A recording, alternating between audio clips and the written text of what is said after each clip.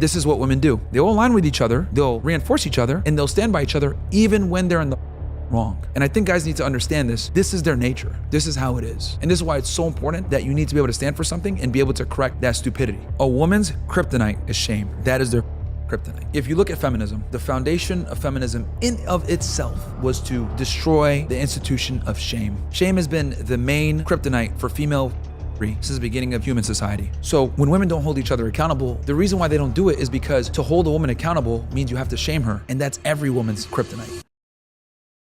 You said in your book, what we were missing was one simple ugly truth, and that ugly truth is that most women simply don't like most men that much, and never really did. Do you think most women actually like men? No, I'm glad that you mentioned that in the book. Another ugly truth that guys need to get through their head. Most women don't like you guys. They just don't. A majority of women do not like a majority of men. However, a majority of men absolutely like a majority of women. And that creates obviously an imbalance. And I would argue that, back to our discussion earlier with feminism, since most women naturally already don't like most men, with technology, women entering the workforce, education, all this other stuff, them being able to provide for themselves essentially in a modernized society where they don't need men, it makes it even worse for men because now they really don't like you and they don't have to deal with you. It used to be a woman would deal with a guy because she wanted to get married, have kids, or whatever. She needed him. So she would be willing to deal with a more average guy. Now they make their own money and everything else like that. Now they really don't need men. They never liked us that much anyway, right? And I want to be clear here because some people might say, oh, Myron, what do you mean? I am being a bit hyperbolic, but what I'm saying is this. It's not that they necessarily hate you guys, but it's you guys are invisible to them. Girl walks into a CVS, picks up her shit, whatever it may be, goes to the clerk, pays some guy there. She's not gonna remember that guy. Matter of fact, she's not gonna remember 90% of the men that walk by her on the street. The guy's gawking at her, the guy's walking by her. She might pay attention to maybe only one or two guys that she actually found attractive. Men, we're on the other hand, we go into a CVS, some chicks there, we're looking at her, we're looking at the grandma on the back, we're looking at the other, we're looking at the woman over here, blah, blah, blah. Like, we are looking at all women like they're all visible to us, right? Women don't operate like that. Like a majority of men are virtually invisible to them. So since guys are invisible to them, most girls don't find most men attractive. And this is, again, in today's day and age with the internet, social media, job market, feminism, all this shit, guys have to be even more cognizant of that. You are virtually invisible to a majority of women if you're an average guy, especially. I'm not necessarily going to agree with that, but I think a good test of it is go to a restaurant with a girl and ask her after you guys are done eating how many guys were in the room, and the answer will be lower than how many guys you saw in the room. Absolutely, absolutely. Most of them are invisible. And then I would argue the more attractive you are as a man, the more invisible other men are if she has a guy. Does that make sense? So like if she knows she's with the best guy that she can get, and you're reaffirming that to her every single day where you're the leader, you're dominant, every time you walk where other women are staring at you, other people come up to you and say, oh man, great work, whatever it may be, or you have that social proof. The higher your status is, the more she likes you, the more other men are invisible. But then the less she likes you or the more she starts to get leverage in a relationship, the more guys are visible to her. It's weird to call it debating, but after having conversations with 4,000 plus women, you don't think their ideologies are shifting at all to more traditional values? Because that's something I've noticed being in the dating market is, like I'm in Los Angeles, and from 2020 to 2025, I would say it's been a slight shift to me meeting more women that have traditional values. Yeah, like I think more women are kind of like cognizant of it because this type of content has been more popular, but I just don't see it going back. And I'll tell you why. Because even these women, by the way, that are like, I'm a trad con, whatever, they're just like trying to make money. Like they're still showing their tits, these MAGA, like they're still 304s, but they understand that, conservative content for women like tends to do fairly well because like most women lean left in their horse. So it's like if you're a conservative and you like try to preach it, you might get a male audience. The reason why I don't see it going back is simply this. Women have fought for this ability to be for like 60 years, right? From feminism in the 1960s all the way to now, whether it was through birth control pills, the sexual revolution, no-fault divorce, all of these different things have come into place to make women equal to men, right? We've basically legislated full-on egalitarianism, affirmative action, letting them get into jobs with mediocre performance, lowering standards, all this shit. Women had to fight a lot to get that. Right? Obviously, the men had to be the real fighters for it, but they had to be the ones behind the scenes complaining, we want to vote, we want to do all this shit. So I simply don't see them conceding any of the territory that they've taken in this pursuit of equality. Now, I think it's very important for men to understand that women will fight for things that they don't even care about. I'll explain what I mean. When I go on college campuses, one of the things I like to say all the time is we need to repeal the 19th Amendment. I don't think we have the right to vote. And the reason why is because women tend to be single issue voters. They typically vote for who's going to let me be a bigger slut and kill babies, right? That's like typically their main voting point, right? Since they're single issue voters and they don't have skin in the game where they don't have to join the selective service like me or you, I'm like, they shouldn't have the right to vote. When I say this, women get angry. And then I'll ask her, okay, who did you vote for? Oh, I don't vote. Do you follow politics? No. Why do you care? Well, because we want to have the right to be able to do it. So women don't really want to do the things that they're fighting for. They don't really want to go to war. They don't really want to plan to, compete with men. They don't really want to enter the workforce. They don't really want to do any of this shit. They just want to be able to reserve the right to do it and to feel like they're equal, even when they are inferior. So, that's another one of my takes is I think men are superior to women in almost every metric that actually matters. Women really, realistically speaking, they're not better than men at anything. Having babies. Yeah, but they need a man for that. True. And now these trans guys are starting to beat them in that even. I'm just kidding. But yeah, the reality is like men are better than women at everything, really, that matters of consequence. So it's not that women want to do these things because they want to do it or fight for these rights because they want those rights. They fight for those rights so that they can have them, just to have them. So that's the big thing. So to bring this all back full circle, because you're saying like, are we going to go back? The reason why I'm so confident that we're not going to go back, despite some women waking up here and there, is because for them to go back, they're going to have to regress and give up some of those rights that they wanted. And we know even women that don't utilize those rights will fight for those rights for some other bimbo to not use them.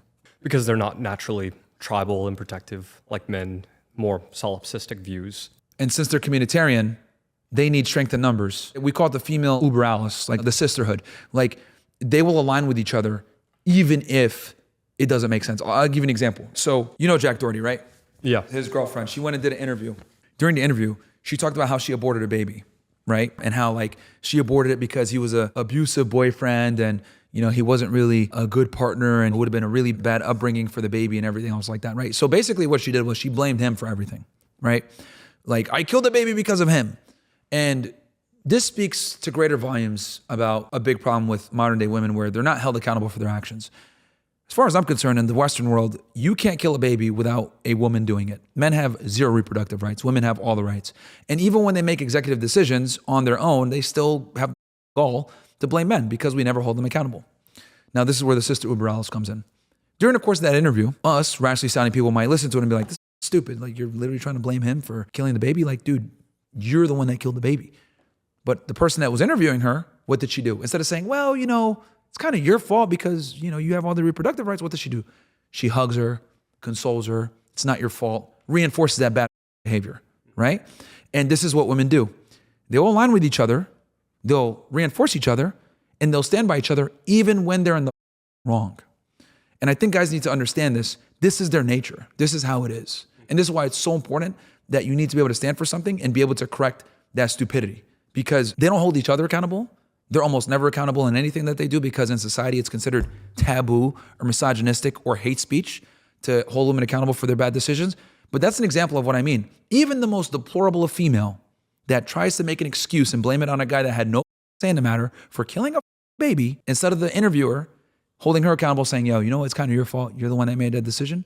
She hugs her and says, it's okay. It's his fault. It's a really interesting perspective because women are maybe more utilitarianistic in their relationships, that they won't kind of correct each other when they're doing something bad. So it creates this hyperloop over time of them being rewarded for bad behavior because they want to continue being rewarded for their bad behavior. And I'll tell you why. So a woman's kryptonite is shame. That is their kryptonite. If you look at feminism, the foundation of feminism in of itself was to destroy the institution of shame. Shame has been the main kryptonite for female since the beginning of human society. If you're a slut, shame. You cheat on your husband, shame. You don't have a child, shame. You don't have a family, shame. You divorce your husband, shame. And that's what's kept women in line. Obviously, the shame might have come from different institutions. Maybe it was religion. Maybe it was the family. Maybe it was a society. Maybe it was friends. But the shame has been the shackles of female. It kept female in bay. But feminism has done everything in its power to destroy shame in every regard, right? Whether it's shame of wanting to make money, or it's shame of wanting to pursue an education, or not having a family, or holding out on having a family till later, or destroying the shame that's associated with older women that are single. That's what it's been. So when women don't hold each other accountable, etc., The reason why they don't do it is because to hold a woman accountable means you have to shame her. And that's every woman's like kryptonite. And you have to risk shame yourself. Precisely. It's like if you got two Supermans, right? And one Superman knows that our weakness is kryptonite, but she's exhibiting that weakness right now and you have it here. You could pull out that kryptonite, but it's going to hurt you too to expose her. So what do they do instead? You know what? No kryptonite. Let's just be idiots. And that's what it comes down to women. Now, shame is still a very effective tool with men because we still get shamed for being losers.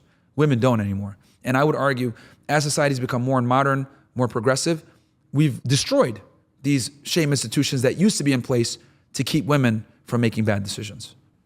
I think that's a good perspective. In the past year, it feels like your focus has shifted from talking about dating to predominantly talking about systems, corruption, and control, or speaking about it more. If you trace all of it back, where do you think the breakdown of truth, feminism, and traditional gender roles really began? The 1960s was the beginning of the end because, you got free love, drug use, feminism, birth control, no-fault divorces, women entering the workforce and education. That was kind of like the beginning. And it always starts, and I always say, everything that destroys a society, like when it comes to liberalism, all these other things that come in, things up, it always gets spearheaded by feminism first.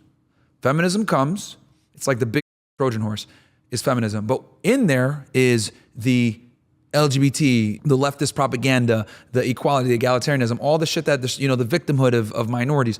Feminism is the spearhead for all that bullshit to come in. Mass immigration, all these things that like destroy a society, it comes in under the Trojan horse of feminism. Because since women are also human beings and we want to have sex with them, guys like simps and let's give them birth control so we can all, let's like take away the shame from sex so they'll all, they're too stupid to realize when you give women 100% autonomy, when it comes to these things, they pick the top 10% guys, right? Dudes thought it was going to be free love for everybody. No, it only became free love for the top dudes.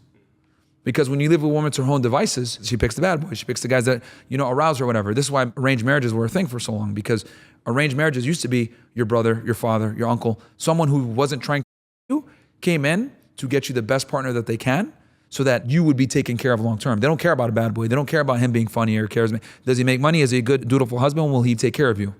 The answer is yes. Cool. You're going to marry him.